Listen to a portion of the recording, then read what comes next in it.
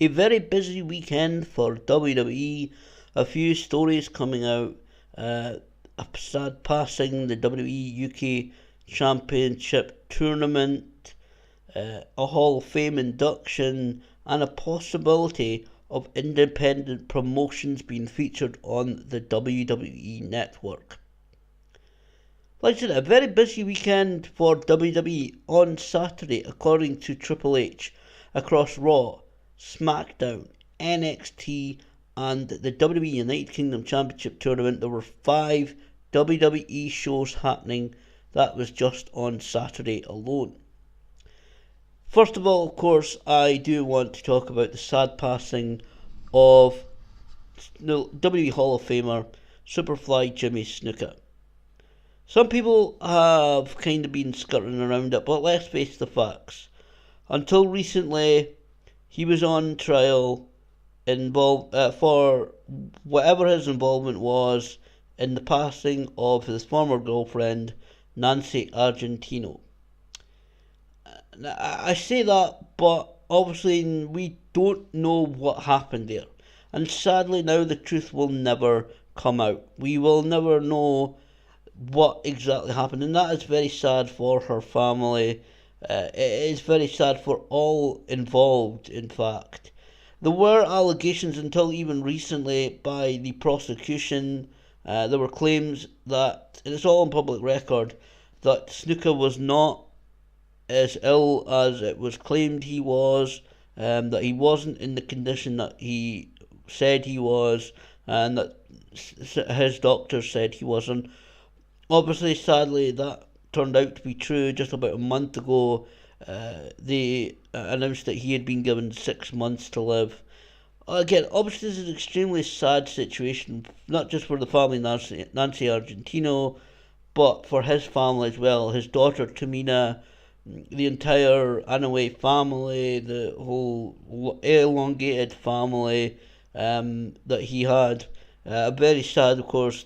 Somebody they're losing their father, their uncle, their cousin, whatever, various relationships that they had with him. Very sad to see his passing at the age of just 73 years old. Uh, you know, Snuka will obviously be remembered as a huge WWE star associated with WWE, but as people can see on the WWE network, he travelled all around the world. In fact, he was one of the early mainstays of Eastern Championship Wrestling, which eventually became Extreme Championship Wrestling. He was a former ECW Heavyweight Champion, Eastern Wrestling Champion. I don't think he held it under the Extreme banner, but he, of course, was one of I would say, the second tier of the the top stars in the 1980s for WWE. He was always right there, associated with the Hulk Hogan's, the Roddy Pipers, including some of the early WrestleManias, and he featured greatly the action figures, the T-shirts. He was always involved with the Hulk Hogan Rock and Wrestling cartoon that was briefly, unfortunately, on the WWE network. Really like to see that stay up, but obviously the circumstances. Perhaps one day it will return to the network. But he was always there. He was always one of the top stars. He inspired so many people, of course, the likes of Mick Foley and many others. Of course, I will be paying tribute to him. Also, my condolences go out to his family at this sad time. And a slightly happier note, there was yesterday the announcement of what it seems to be the headliner for the WWE Hall of Fame. Now, this will actually take place the Friday before WrestleMania due to the change in the schedule, with Friday being the Hall of Fame, Saturday being the NXT special, and then WrestleMania, of course, on the Sunday. It's Kurt Angle. Kurt Angle has been announced as the WWE Hall of Fame inductee, the very first one, and I said the headliner. This is him coming home, as he said on his Twitter, I'm coming home. This is a great thing. Obviously, Kurt Angle has had an amazing life. For many people, winning an Olympic medal is really the kind of stamp on your professional career. It's your highest accolade. It's something that, once many people achieve, that's the highest they can go. That is, that's the highlight of their life, and that is what they will always be remembered for. But Kurt was able to take that and parlay it into a professional wrestling career that has been one of the most successful. WWE and WWE World Heavyweight Champion, TNA Champion, IWGP Champion. He is one of the most decorated and respected wrestlers in the entire world. What does this mean for his relationship with WWE, though? That is a huge, huge question. I would like to see him. I would love to see him in the next video game, and I think it's going to be WWE 2K18, so I believe that it would be great if they represented the 8 with a couple of medals. Have a couple of medals as the 8, or revealing the 8 when it comes to having the promotional videos and posters and everything like that. I would love to see that, and it adds yet more mouth-watering talent to the next video game. Whether he's going to do anything physical, is he going to wrestle a match, we really don't know. Whether he's going to be undergoing any physical, to see what his situation is, to see whether he would be able to appear in any sort of matchup type. I don't think we'll see him before WrestleMania, though. A lot of people are questioning now, will we see him in the Royal Rumble? I doubt it. Just like Kenny Omega, whose contract doesn't run out until a couple of days after the Royal Rumble, I doubt we will see Kurt Angle. I think the first time we should see Kurt Angle is when he appears to be inducted in the Hall of Fame. I think that it would be the best return for Kurt Angle to WWE.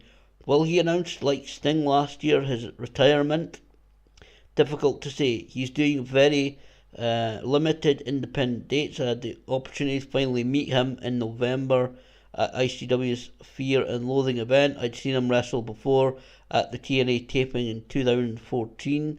We wrestled a couple of times, and that was really genuinely one of the guys that I was really hoping would wrestle was Kurt Angle. Just to see him wrestle once.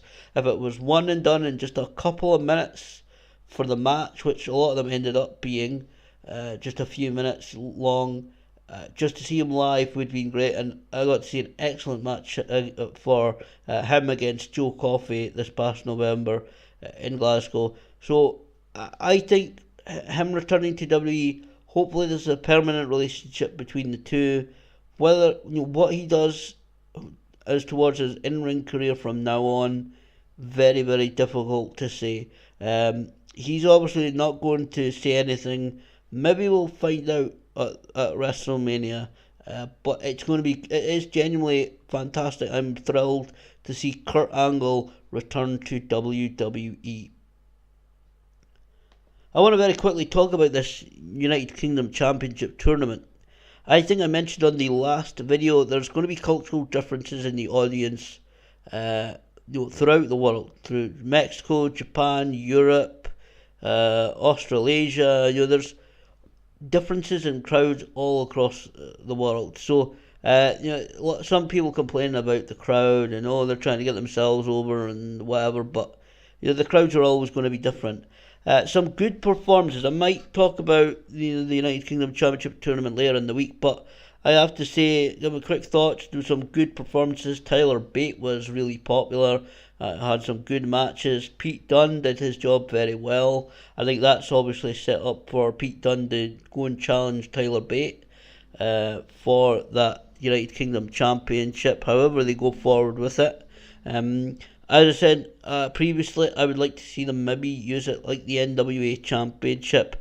If who knows? We don't know what the plan is right now, regards to any perhaps weekly UK special or television rights or whatever it is going to happen with this United Kingdom Championship. We don't know, but I would like to see them actually use the title. I would hope that they do take advantage of maybe Tyler Bate and Pete Dunne, and maybe have them tour various independent companies around the UK and allow them, kind of set it up for them to maybe even wrestle for that championship uh, on different shows. I think that would be fantastic. It'd be great publicity for WWE. Some good performances. I have to say, Wolfgang put some good performances. He got to the semi-finals.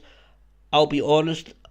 After the good match he had with Tyson T-Bone on the first night, I thought, okay, this is as far as Wolfgang goes, and I was genuinely a little bit shocked that he actually beat Trent Seven. I thought that, but especially from the way, and I've said before, sometimes kind of get an insight to what WWE are thinking through what the commentators are saying, and Michael Cole was really seemed enamoured with Trent Seven, so I thought they were going to push Trent Seven until at least the final, but Wolfgang actually defeated Trent Seven, and then obviously lost to Tyler Bate in the semi-final. Also, a good performance by Mark Andrews. A friend of mine, Darren Goss, is a good friend of Mark Andrews. I haven't been to the Discovery Wrestling events for quite some time. Mark Andrews appeared there at least once or twice.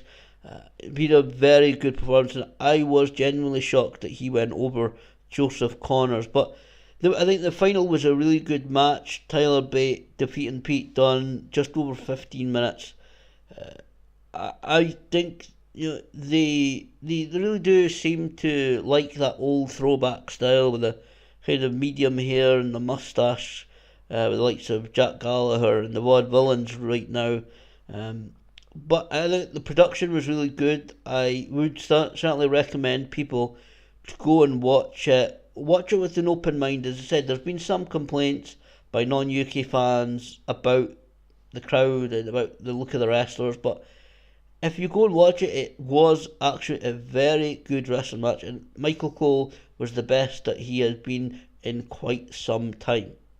I also want to quickly talk about the WWE Network, and there's a rumour going around that there's a possibility. Now, this is nowhere, in no means confirmed, and this is, I think, possibly what I call satellite reporting.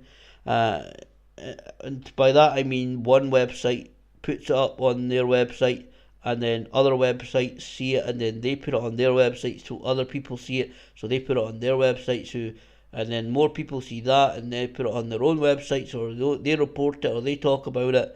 But there is talk that the Glasgow-based Insane Championship Wrestling may be finalising a deal to see some of their content air on the WWE Network. According to the reports I've seen, there's no word if it'll be on demand or it'll be live content, but there has been polls in the past sent out by WWE to select subscribers and different fan groups, asking what and if they would like to see independent wrestling companies be featured on the WWE Network. To be honest, I'm kind of split about this. Obviously, this could lead to WWE raiding various independent wrestling companies' talents. Obviously, WWE are still the big dogs in the yard. They're still the ones that a lot of people want to wrestle for. I'm not sure whether this would work. I don't know whether it would be there'd be, to be honest, as much as I like ICW, they've got their own demand they have their own on-demand service.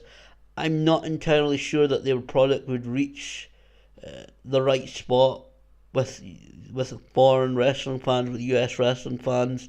I'm not entirely sure it would be extremely popular, and I'm not sure entirely whether any relationships with WWE and have their content featured on the WWE Network would entirely benefit as much as it could for various independent wrestling companies. We've seen their, of course, WWE's blossoming relationship with Evolve over the past year or so.